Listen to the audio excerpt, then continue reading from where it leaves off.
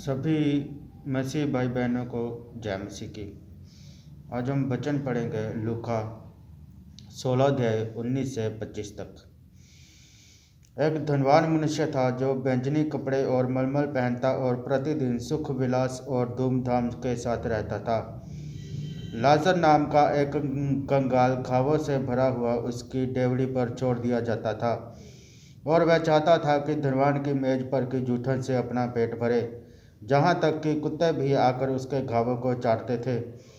ऐसा हुआ कि वह कंगाल मर गया और स्वर्गदूत ने उसे लेकर अब्राहम की गोद में पहुंचाया। वह धनवान भी मारा और गाड़ा गया और अधोलोक में उसने पीड़ा में पड़े हुए अपनी आंखें उठाई और दूर से अब्राहम की गोद में लाजर को देखा। तब उसने पुकार कर कहा, हे पिता अब्राहम, मुझ पर दया करके लाजर को भेज दे, ताकि वह अपनी उंगली का सिरा पानी में भिगोकर मेरी जीभ को ठंडी करे, क्योंकि मैं इस ज्वाला में तड़प रहा हूँ। परंतु अब्राहम ने कहा, हे पुत्र, स्मरण कर कि तू अपने जीवन में अच्छी वस्तुएं ले चुका है और वैसे ही लाजर बुरी वस्तुएं, परंतु अब वह जहाँ शांति पा रहा है और तू तड़प रहा है। हमने वचन पढ़ा धनी मनुष्य और निर्धन लाजर के बारे में। धनी मनुष्य था, वो उसने अपने जीवन काल में हर एक सुख भोगा, हर एक वैभव उसने भोगा, उसने ऐशो आराम की जिंदगी गुजारी। एक लाजर नाम का कंगाल व्यक्ति था जो उसकी जूठन पर से अपना पेट भरता था। एक दिन लाजर मर गया और धनी व्यक्ति भी मर गया। जब धनी व्यक्ति ने पीड़ा में तड़पते हुए अपनी आंखें खोली तो उसने दूर से लाजर को अब्राहम की गोद में देखा। उस धनी व्यक्ति ने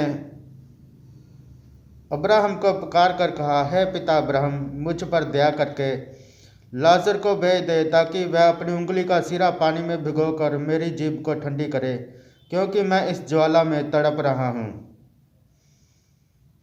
वो धनी व्यक्ति तड़प रहा था। वो कह रहा था, हे अब्राहम, लाजर को उंगली भिगोकर मेरी जीभ को ठंडी कर दे, ताकि मैं इस ज्वाला में तड़प रहा हूँ। अभी जो भी सेवक आपको जो इस संसार में आपको आशीष बरकतें देते जा रहे हैं, आपको हर एक सुख वैभव देते जा रहे हैं, कह रहे हैं यीशु मसीह आपको जय देने वाले हैं, वो देने वाले हैं, आपको जय मिल रहा है, आपको वो मिल रहा है। जबकि बाइबल कहती है कि धनी व्यक्ति अपने पूरे जीवन काल में सुख वैभव भोग चुका और तू अब इस पीड़ा में तड़प रहा है। वैसे ही लाजर बुरी वस्तुएं, परंतु अब वह जहाँ शांति पा रहा है और तू तड़प रहा है।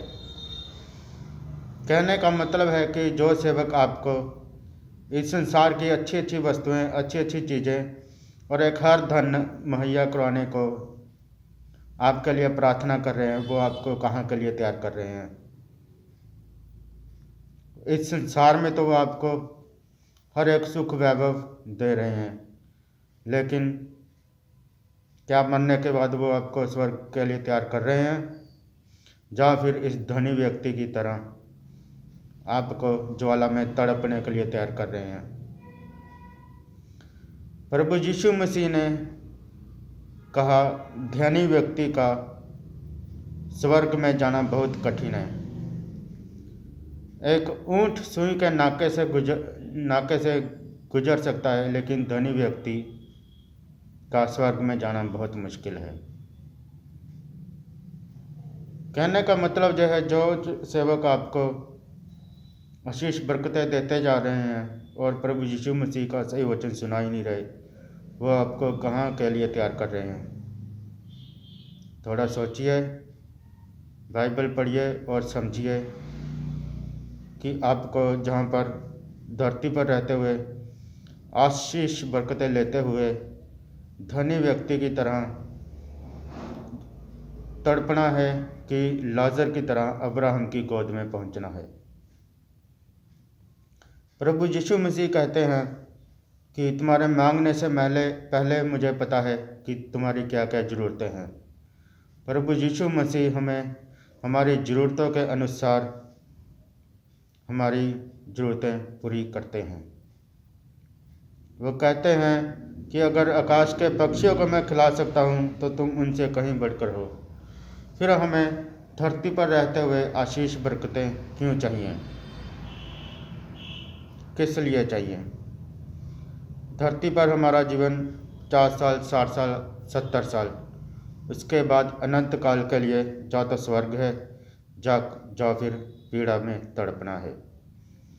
क्या हम धरती पर 50, 60 साल, 70 साल ऐशो आराम के जीकर तड़पना चाहते हैं, या फिर लाजर की तरह अब्राहम की गोद में पहुंचना चाहते हैं। सोचिए, प्रभु का वचन आपको क्या कहता है। यह नहीं कि हमको संसार में रहकर संसारिक वस्तुओं पर ध्यान लगाना है, या फिर प्रभु के वचनों पर चलकर लाजर की तरह अब्राहम की गोद में पहुंचना है। सबको जय मसीह की।